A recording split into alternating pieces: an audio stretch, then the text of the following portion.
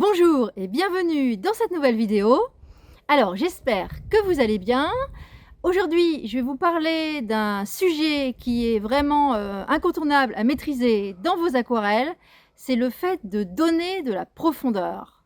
Je ne sais pas si cela vous est déjà arrivé, mais par exemple si vous êtes en extérieur en train de travailler sur votre carnet de voyage, vous êtes devant une scène qui vous plaît beaucoup, que vous avez envie de retranscrire.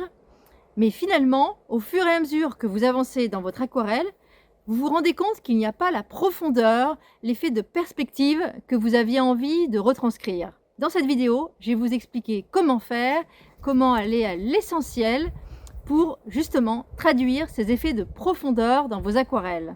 C'est parti! En fait, il y a 3 grandes idées essentielles à mettre en place dans vos aquarelles. Tout d'abord, la perspective par les valeurs. C'est déjà la première étape qui va vous permettre de structurer et de donner de la profondeur, du lointain dans vos aquarelles. Ensuite, il y a l'utilisation des effets permis par la perspective atmosphérique. Cela va encore renforcer l'impression qu'il y a différents plans dans vos aquarelles. Et la troisième grande idée, c'est vraiment de simplifier les plans. Pour cela, il va falloir aller à l'essentiel et je vais vous expliquer tout ça au fur et à mesure. Vous allez voir, ce sont des outils extrêmement efficaces, parfaitement adaptés à l'aquarelle et qui vous permettront de retranscrire vite et bien tous les effets d'un paysage que vous aviez envie de rendre dans votre carnet. La première idée à toujours garder à l'esprit, c'est d'utiliser les valeurs pour rendre les effets de perspective. En général, les éléments les plus proches de vous sont les plus contrastés, tandis que les éléments les plus éloignés sont plus clairs et plus doux. Je ne sais pas si vous avez remarqué, mais si vous peignez l'ensemble de votre paysage avec les mêmes valeurs, par exemple des valeurs assez intenses, et bien finalement tout paraît plat, même si vous avez utilisé des couleurs assez vivantes, assez flashy. Finalement, l'effet de profondeur n'est pas retranscrit. Donc, ça n'est pas tant une histoire de couleur, mais de valeur. Et la valeur, c'est la clarté ou l'obscurité d'une couleur. C'est-à-dire qu'elle est plus ou moins intense, plus ou moins pigmentée. Pour reprendre l'exemple d'un paysage, si vous souhaitez lui donner de la profondeur en utilisant les valeurs, par exemple, vous allez peindre des collines en arrière-plan avec des teintes très légères, peu saturées.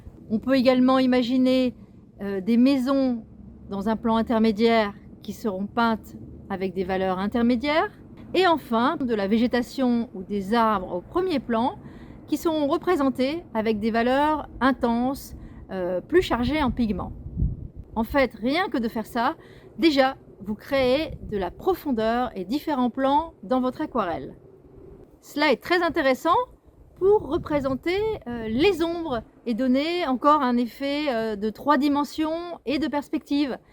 Par exemple, si vous peignez une scène urbaine, vous allez représenter les façades avec des tons moyens et vous allez pouvoir intensifier les valeurs des ombres portées sur les façades.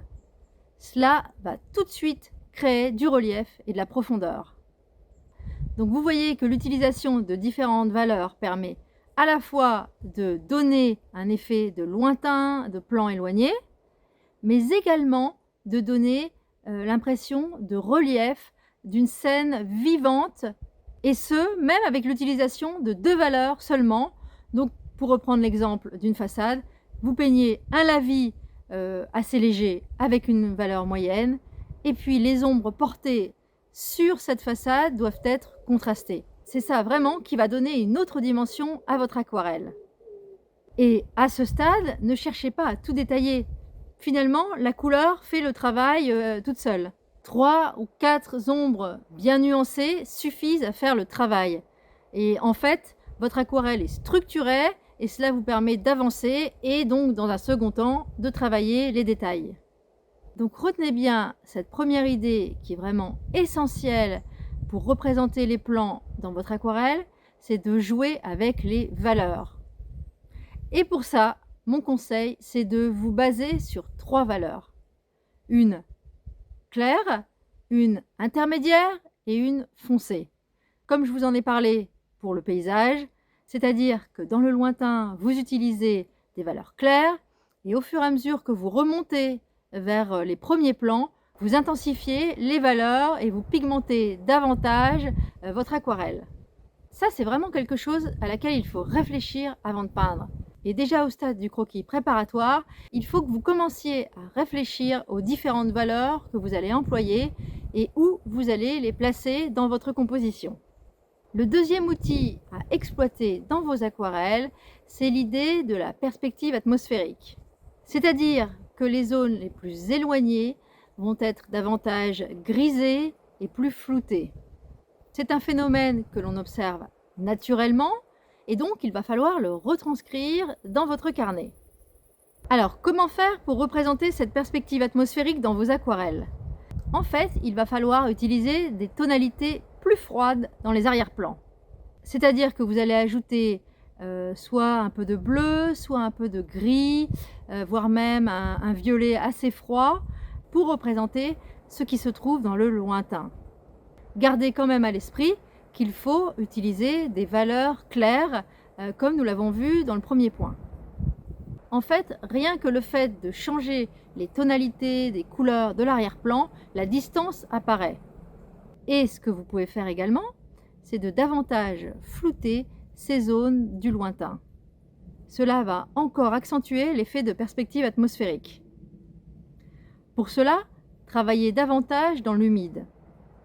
Cela va permettre une diffusion de ces teintes grises, bleutées, par exemple si vous représentez des collines, et de les fondre davantage avec le ciel, par exemple. Cela va donner un effet extrêmement naturel et réaliste à votre aquarelle. Et à contrario, plus vous allez avancer dans les plans, moins vous allez diluer votre peinture. Alors il ne s'agit pas de travailler complètement dans le sec, mais d'utiliser un peu moins d'eau pour avoir des contours plus nets. Plus vous arrivez dans les premiers plans, plus les contours seront précis. Mais gardez tout de même les effets permis par l'aquarelle, c'est-à-dire une peinture dynamique, diluée, quelque chose d'assez léger et souple. Pour autant, ne figez pas les motifs qui se trouvent dans les premiers plans. Gardez un équilibre entre précision et effet d'aquarelle. Donc retenez bien ce deuxième plan, c'est que les arrière-plans doivent être flous et traités de manière simple, c'est-à-dire qu'il est inutile de les détailler. Et c'est comme ça que vous allez vraiment retranscrire un effet de perspective et de profondeur. N'hésitez pas à vraiment humidifier votre feuille, quitte à repasser une seconde fois si vous voyez que c'est vraiment trop clair ou vraiment trop flou, mais il faut au maximum jouer sur les effets permis par l'eau et les pigments très dilués. Le troisième point que je vous propose de retenir pour retranscrire efficacement les effets de perspective, c'est de vous limiter à 3 plans. Vous allez voir que cela fonctionne très bien. Lorsque vous vous retrouvez face à un paysage ou une scène que vous avez envie de représenter, prenez le temps d'observer et vous divisez mentalement cette scène en 3 plans. Donc un arrière-plan, pensez qu'il devra être clair et flouté, un plan intermédiaire et l'avant-plan qui sera le plus chargé en pigments.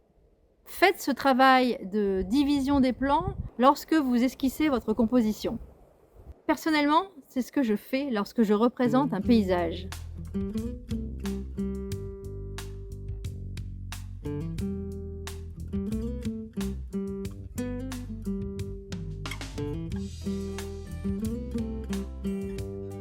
Je trouve que c'est inutile d'ajouter d'autres plans intermédiaires parce que finalement cela trouble la lisibilité de l'aquarelle. On se retrouve avec trop d'informations et finalement la composition paraît trop lourde et l'aquarelle n'est pas du tout mise en valeur. Avec l'aquarelle, on cherche vraiment à retranscrire une atmosphère, une ambiance. Alors prenons l'exemple d'une scène urbaine. Si vous êtes en train de représenter une ruelle par exemple, vous pouvez représenter tout au bout une ligne d'horizon avec des valeurs très légères qui s'accorderont avec les couleurs du ciel et qui serviront simplement à attirer le regard vers le lointain. Dans le plan intermédiaire, vous allez vous retrouver avec des façades et des ombres portées. Et puis, au premier plan, des silhouettes ou même un élément très marqué, par exemple une table avec une tasse de café, et qui sera peinte avec des couleurs soutenues. Donc faites vraiment ce travail de schématisation avant de commencer à dessiner et à peindre. Et vous verrez que cela sera largement suffisant pour rendre l'ambiance qui vous plaisait. Avant de commencer à dessiner et à peindre, prenez le temps d'observer votre sujet, comme je vous le disais, et puis posez-vous cette question, c'est-à-dire qu'est-ce que j'ai envie de retranscrire? Est-ce que c'est un paysage avec une végétation particulière? Dans ce cas-là, je pourrais la mettre au premier et au plan intermédiaire. Est-ce que c'est une scène pour laquelle les façades ocre me plaisent énormément et que j'ai envie de mettre en valeur? Dans ces cas-là, vous allez pouvoir les mettre dans une scène intermédiaire. Ça sera vraiment le cœur de votre sujet. En vous posant cette question, vous allez d'ores et déjà commencer à diviser votre scène en plusieurs plans. En fait, ces différents plans doivent mutuellement se mettre en valeur. C'est-à-dire que l'arrière-plan, par sa légèreté et puis ses teintes plus froides, va mettre en valeur les avant-plans qui seront plus intenses. A contrario, ces plans plus en avant, par leurs effets contrastés, vont donner envie d'attirer le regard vers le troisième plan, vers le plan du lointain. Et donc, c'est comme ça que, en fait, finalement, il y a une sorte de dialogue entre chaque plan. Ce n'est donc pas parce que ce qui se trouve dans le lointain est plus clair, moins intense, moins chaud, qu'il est moins important et moins beau. Chaque plan se répond et donne envie d'aller voir à d'autres endroits dans votre composition. Gardez cela en tête, cela va vous permettre d'avoir un équilibre dans vos différentes valeurs, dans vos différents plans. Voilà ce que j'avais envie de partager avec vous aujourd'hui. C'est en fait les éléments essentiels qui vous permettent de structurer votre composition en 3 plans et de manière efficace. Donc, ce que nous avons vu, c'est qu'il faut vous concentrer sur les différentes valeurs et utiliser des valeurs plus claires pour les arrière-plans. Les contrastes plus forts viennent vers l'avant de votre composition. Le deuxième point, c'est de garder à l'esprit la perspective atmosphérique. C'est-à-dire que plus on s'éloigne dans les plans, plus les couleurs sont claires, froides et floues. Cela va permettre de mettre en avant le premier plan par des teintes plus intenses. Et enfin, l'organisation schématique en 3 plans qui est vraiment essentielle et très efficace. Je vous le dis, moi c'est toujours ce que je fais. Donc vous réalisez un arrière-plan plus léger, éventuellement pas mal fondu avec le ciel. Ensuite, un plan intermédiaire sur lequel vous allez par exemple pouvoir peindre des maisons, des façades que vous avez envie de mettre en valeur, un certain type de végétation. Et puis l'avant-plan qui va être plus intense et qui va permettre finalement de faire circuler le regard entre l'avant-plan et le lointain. Attention tout de même à ne pas trop charger l'avant-plan pour ne pas alourdir la composition. Cette idée de construire en 3 plans, vous allez le voir, va vraiment vous aider. Parce que parfois, on se retrouve face à des scènes compliquées, assez chargées, et le fait de simplifier, vous allez voir, cela va vraiment vous permettre de vous plonger dans votre aquarelle et de profiter pleinement de ce moment de peinture. Quand vous appliquez ces 3 points essentiels, et même avec un dessin très simple, votre aquarelle aura immédiatement plus d'espace et de respiration. Et c'est vraiment ce qu'on recherche dans un carnet de voyage. C'est-à-dire capturer une ambiance, un lieu, une lumière et des couleurs. J'espère que ces conseils vous aideront. N'hésitez pas à me le dire en commentaire, cela me fait toujours très plaisir de vous lire et de vous répondre. Et si cette vidéo vous a plu, je vous invite à la liker et à vous abonner à ma chaîne parce que cela soutient énormément mon travail. Et puis je vous dis à très bientôt pour une prochaine vidéo.